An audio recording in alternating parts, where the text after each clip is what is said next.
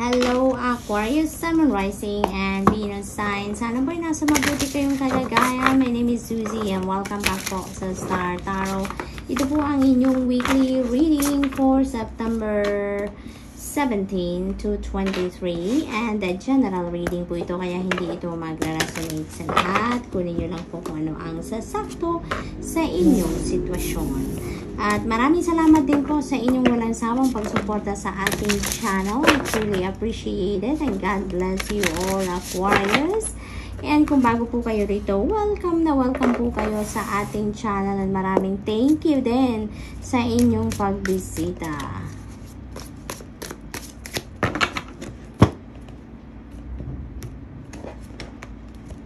Aquarius, pauna mensahe ninyo, carriage. Ayan, a journey, either physical or mental. Ayan, so may biyahe, no?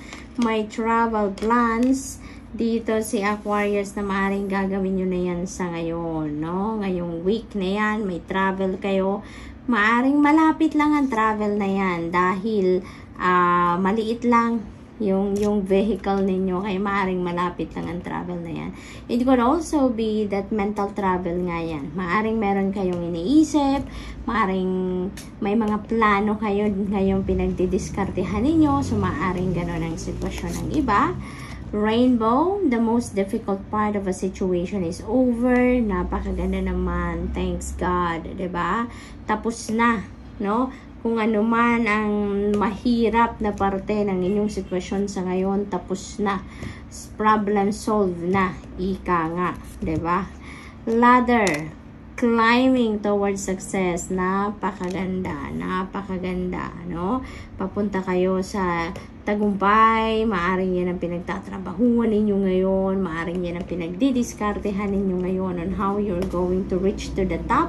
No? At ayan, papunta na nga kayo. On the way na kayo sa inyong tagumpay. Aquarius. We have number 29, resourcefulness. Ito yung kailangan daw ninyo ngayon. Maging resourceful.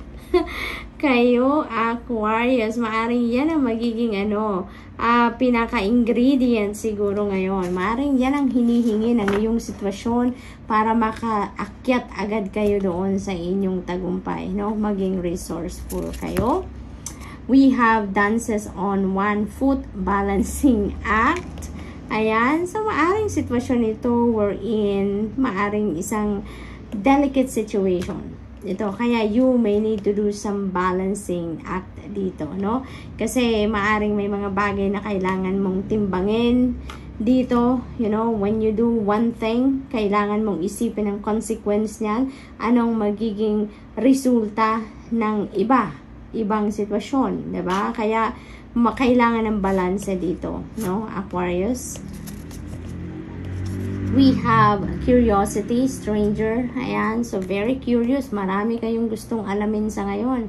Maaring ang iba sa inyo dito mag-aaral or maaring nag-aaral muli or nagko-continue ng pag-aaral because there are so many things that you want to know, that you want to learn, no? Expansion ng inyong knowledge dito, ng inyong studies, siguro ang focus ng iba din sa inyo dito, Aquarius. What else? We have temptation. Ayan, so maraming temptation siguro. Ito, paglalabanan ninyo around this time, Aquarius, no? Maaaring yan ang kalaban ninyo, no, para doon sa pagtatagumpay ninyo, kasi maaaring yung mga temptation na yan are the things na makakapag sa inyo, prevent para kayo ay magtagumpay. Kaya use your own judgment and discernment dito, no, Aquarius. Tignan ninyong maigi sa bawat desisyon na gagawin ninyo. Tignan ninyo talaga ang magiging consequence ng mga gagawin ninyo, okay? What else? We have abundance. Yay! This is really gorgeous energy. Kasi,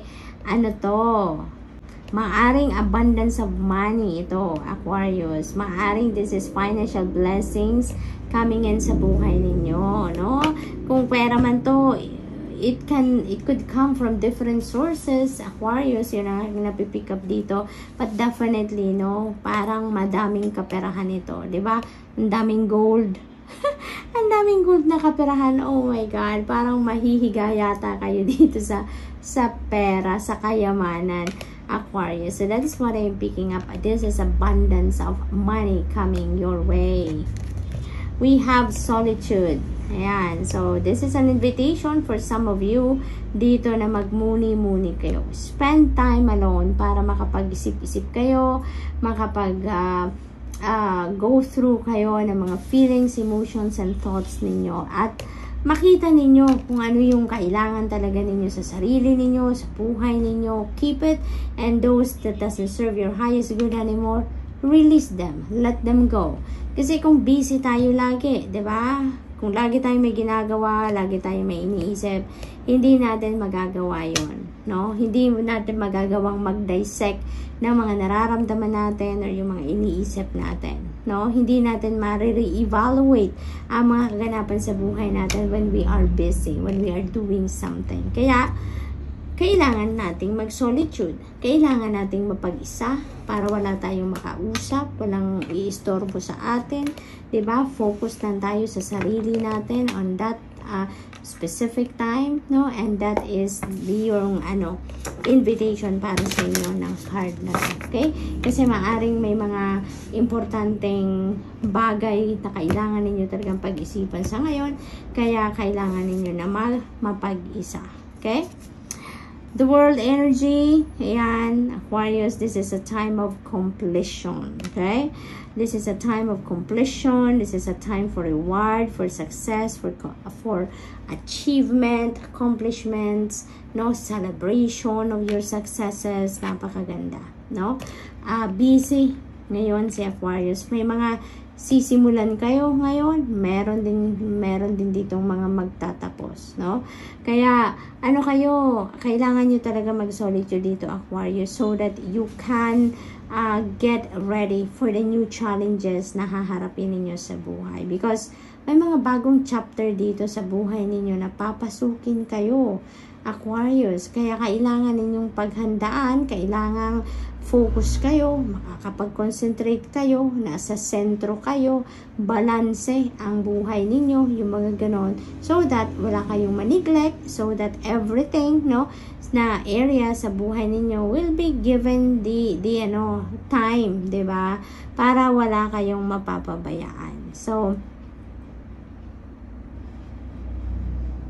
you are entering a new chapter in your life dito, definitely. Kasi parang meron din kayo ditong mga tatapusin na. Meron ang mga gagraduate.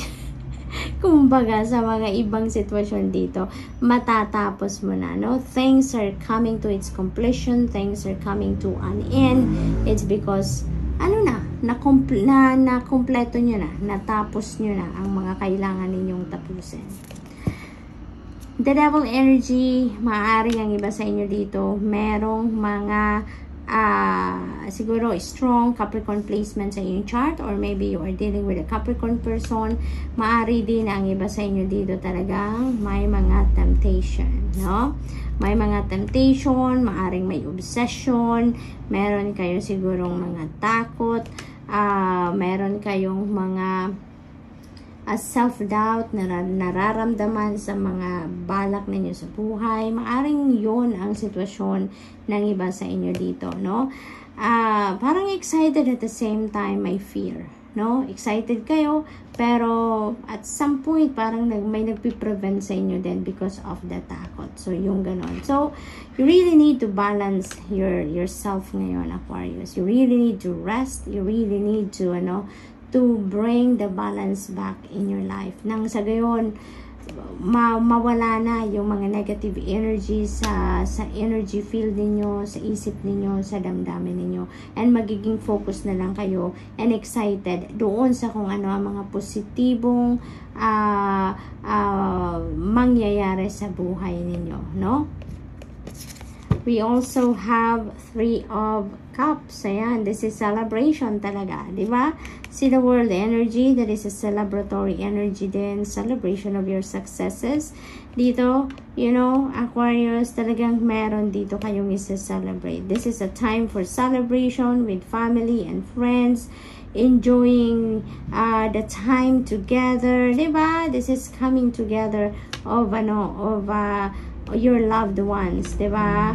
Meron ding abundance dito, may mga catching up with friends and family and celebrating your successes, celebrating abundance, celebrating the blessings, no, na na-receive ninyo sa ngayon, Aquarius. So have fun. Time din ninyo yan para mag-unwind kayo. Time din ninyo yan para maiba naman ang inyong environment. Kaya take advantage of that event. I-enjoy nyo yan, no? Aquarius, that's all I have for you for today. I hope nakatulong ang mga mensaheng ito in some way. Thank you for watching. Love and light. Namaste.